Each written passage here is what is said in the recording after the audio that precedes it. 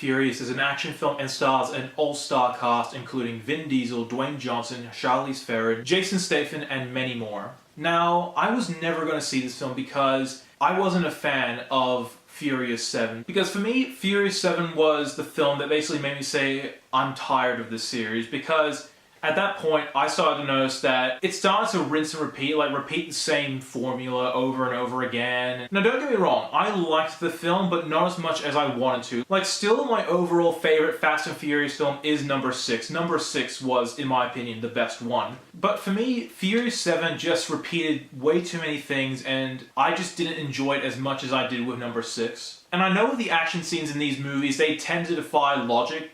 With number 7, I just felt like all the action scenes in number 7 were nearly highly illogical. Like, a lot of it was just like, there's no way that could have happened in real life. And like, yes, I know in every single Fast and Furious movie, they defy all sense of logic in all their action scenes. But at least with Furious 6, they stayed close to the logic and didn't go all out. Like that one scene in Furious 7 where they launched a car from one building to the other. So going into Fate of the Furious, I was expecting the same outcome with Furious 7. And honestly, this probably beats Furious 6 as my all-time favorite Fast and Furious movie. And I know I said this series tends to repeat itself, but at least with every new Fast and Furious movie, they always add a new dynamic to it. And the new dynamic they add to this movie is the main protagonist throughout the entire series, Vin Diesel, is now a villain. Having him switch roles completely changed the film, and I think it was for the better. Like, this film still repeats the formula of the previous films, but honestly, I can see why this formula works.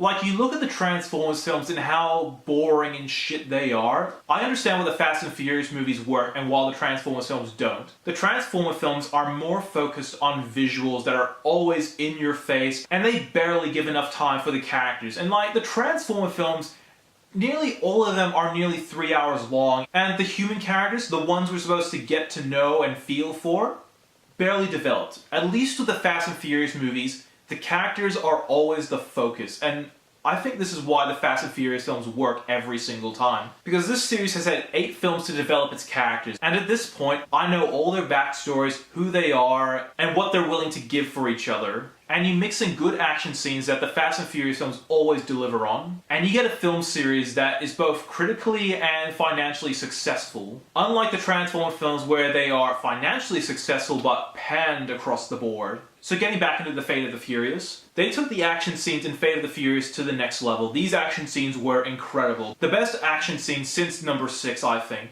The villain in this film that the team faces is probably the best villain in the entire series. And the villain is played by Charlize Theron, and Charlize Theron knocks it out of the park. The only problem I had with her was she never did any action scenes, which was disappointing. And even though she doesn't take part in any action scenes, the fact that she pulls the strings of Vin Diesel's character to make him do whatever she wants, and unlike previous villains where they were never able to, personally get to Vin Diesel's character, Charlize Theron is able to do that. She hits Vin Diesel's character where it hurts the most. And I won't spoil why Vin Diesel's character is working for Charlize Theron, but it is downright diabolical, conniving, and very shocking to say the least. And it was a twist I never saw coming. So overall, even though I didn't like Furious 7 that much, and I thought I was done with the entire series, this one pulled me back in, and now I'm looking forward to the next one. And like I stated earlier, this is now my favorite Fast and Furious film of the entire series. While I'll still have a soft spot for number 6,